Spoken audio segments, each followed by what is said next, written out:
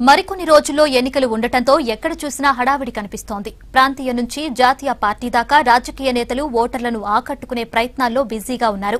ఇంతవరకు బాగానే ఉన్నా ఆయా నియోజకవర్గాల్లో పోటీ చేస్తున్న అభ్యర్థులు వారి గుర్తుల గురించి ఎంతమందికి తెలుసు?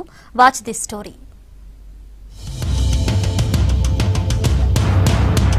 దేశంలో ఎక్కడ చూసినా ఎలక్షన్ హడావిడే కనిపిస్తోంది. పార్టీల జెండాలు రెపరెపలాడుతున్నాయి. ఓవైపు వెరైటీ ప్రచారాలతో నేతలు హోరెత్తిస్తుంటే మరోవైపు తమ నియోజకవర్గంలో ఎవరు పోటీ చేస్తున్నారో కూడా చాలా మందికి తెలియని పరిస్థితి ఉంది. కనీసం పోలింగ్ తేదీ కూడా చెప్పలేకపోతున్నారు. ఎన్నికల్లో నిలబడిన నాయకుడి కంటే పార్టీపై నమ్మకంతోనే ఓటు వేస్తామంటున్నారు. లోక్సభ ఎన్నికల్లో వచ్చేసి టీఆర్ఎస్ బూర నరసయ్య గౌడ్కు ఓటేద్దామని అనుకుంటున్నాము. ఎందుకంటే తెలంగాణ ప్రభుత్వం వచ్చినప్పటి నుంచి కొంచెం కేసీఆర్ గారు విలేజెస్లో ఉండే రైతుల గురించి పట్టించుకొని గ్రామ అభివృద్ధి కోసము పాటుపడుతున్నాడు. కాబట్టి మన రాష్ట్రంలోనే కాకుండా కేంద్రంలో కూడా టీఆర్ఎస్ ప్రభుత్వం రావాలని కోరుకుంటున్నాను. నేను టీఆర్ఎస్ పార్టీగా వెళ్ళాలనుకుంటున్నాను. మర్రాశ్వర Reddy LB Nagar auto permit okay మాకు క్యాన్సల్ చేశారు. కొన్ని పనులు అయితే బాగానే అవుతుంది.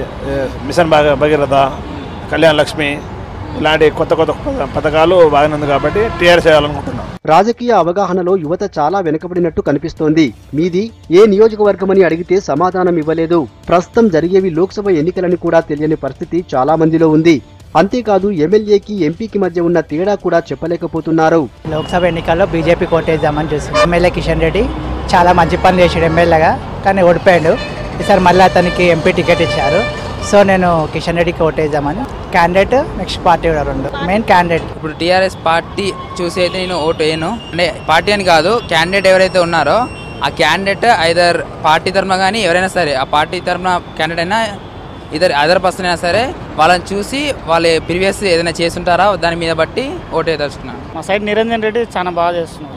ఏ పనైనా ఏమైనా సరే చాలా బాగా చేపిస్తున్నాడు. ఇంకోటి మెగారెడ్డి అనేట ఆయన ఊరుకుంటాడు. ఏ ఇబ్బంది వచ్చినా ఊళ్ళో చుట్టుపక్కల ఊళ్ళలోకి చిన్న ఏ ఇబ్బంది వచ్చినా చూసుకుంటాడు అనమాట.